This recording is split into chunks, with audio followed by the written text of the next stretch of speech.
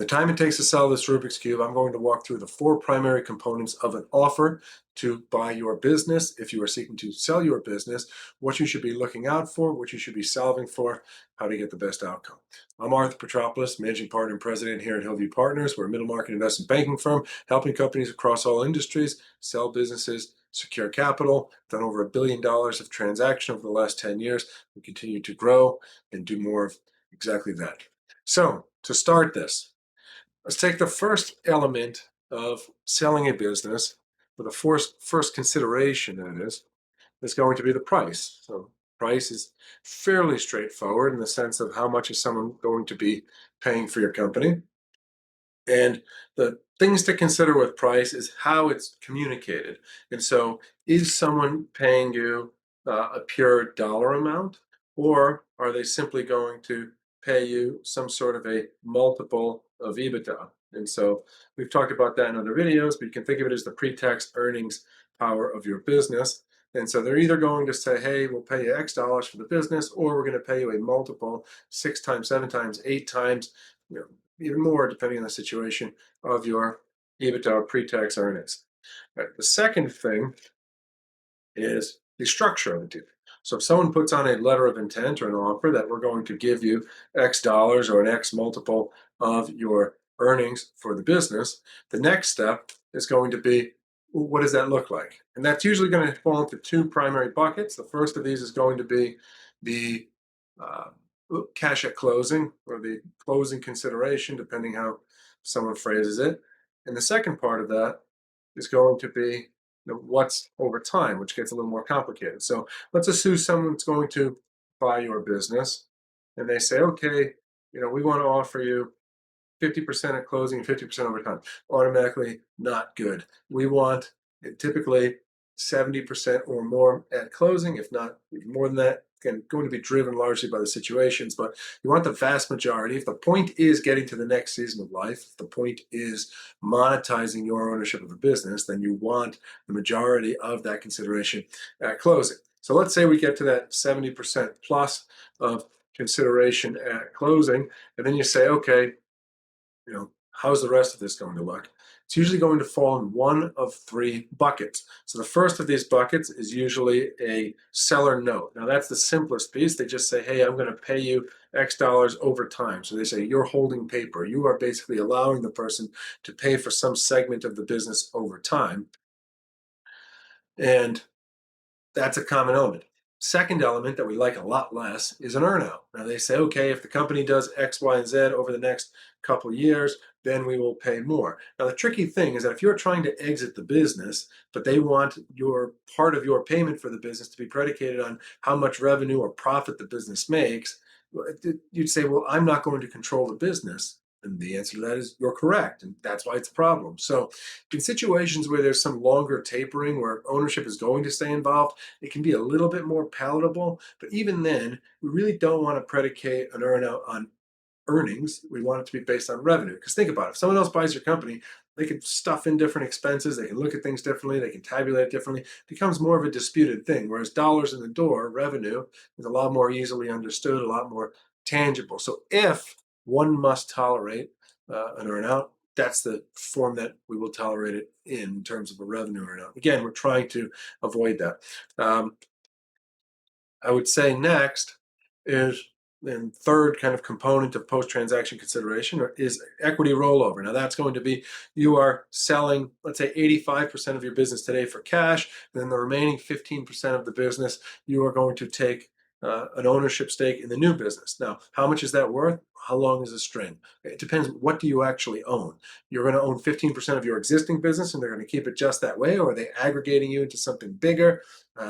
Or are they just keeping you and then they're going to add stuff to it? You have to understand what you're actually going to own. You want to be in the same, this is important, say pro rata ownership with everybody else, in the same footing, pari passu, the same type of stuff. So whatever the private equity firm owns, whatever the new owner of the business owns, you want to own the same shares. Because if you can believe in anything in this world, believe in self-interest, believe in an alignment of economic incentives.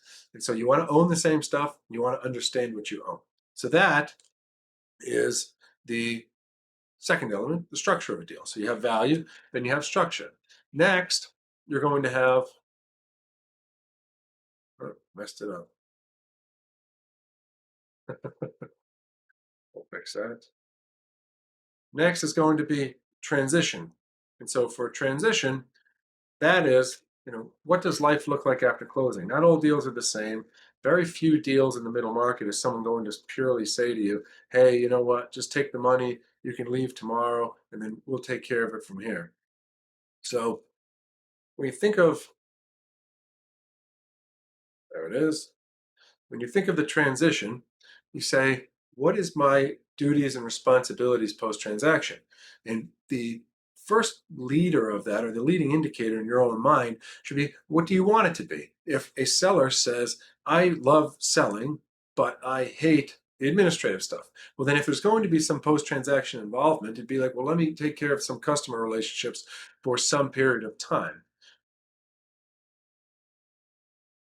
Again, the duration of your involvement is one thing to negotiate, and the intensity of your involvement is the other, and what you're actually doing. And so, most deals, when someone's buying a middle market company, they're going to say, we want you to stick around for 5 years, 6 years, right? It just de risks it for the buyer. But from a seller's perspective, you want it to be, if the goal is getting to the next season of life, you want to truncate that. So, oftentimes we say we want a tapering year, 3 to 6 months of ongoing involvement in a similar capacity that you already are, and then tapering, tapering, tapering for the rest of the first year, and then maybe some level of availability in the second year. Now, at the end of the day, most buyers don't really need the sellers to be around for as long as they think they are. There's just a little bit of nerve in the beginning of it, um, to say, are they making sure the sellers don't blow out of town?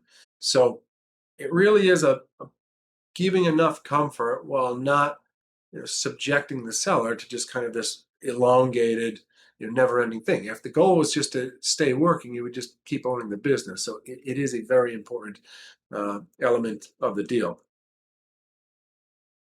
All right, now we're getting to the tricky part here, and not that different in our discussion as well. So the fourth element of it is stakeholders. That can be community, that can be employees, that can be things that are a little less kind of core to the deal from a tangible or from a superficial sense, but equally as important. And so, if you've been growing a business for a long time, and you have people that have helped you grow the business, you want to make sure that those people are taken care of as part of the deal.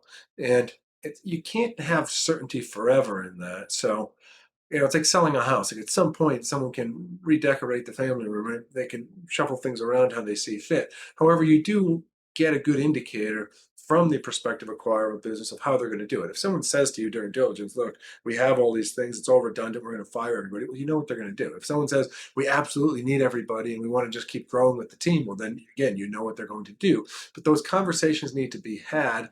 And again, different sellers are going to have different uh, I think, levels of significance of these things. Some people it's incredibly important. Some people it's a little less important. But in any case, the sellers want to make sure that there's still some forward momentum for everyone within the company to keep growing with the business.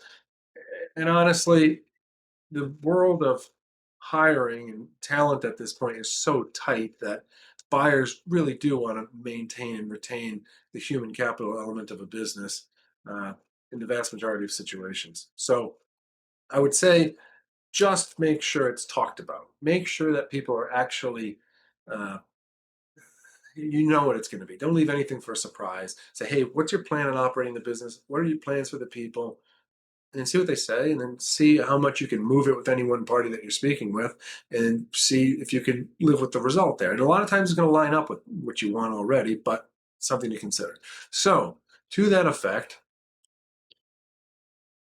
the four things in an offer, when you're trying to solve an offer for your business, are going to be the value of what someone's going to pay for the company, the structure. What's at closing? What's over time? What is the composition of the overtime stuff? What's the risk allocation of that?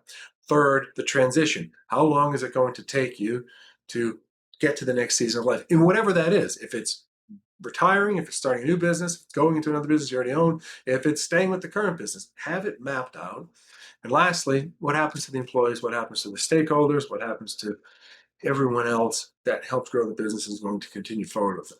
And that, in 11 minutes and change, we're not going to set any records here, is how to decode or solve an offer for your business, the 4 things you want to see in a letter of intent, 4 things you really want to hammer out before you even get into a diligence process with a prospective buyer. In the same time, it takes me to mangle a Rubik's Cube. But that is the thought for today. Hope the week's going well for everyone. Keep pushing forward. God bless. We'll see you next time.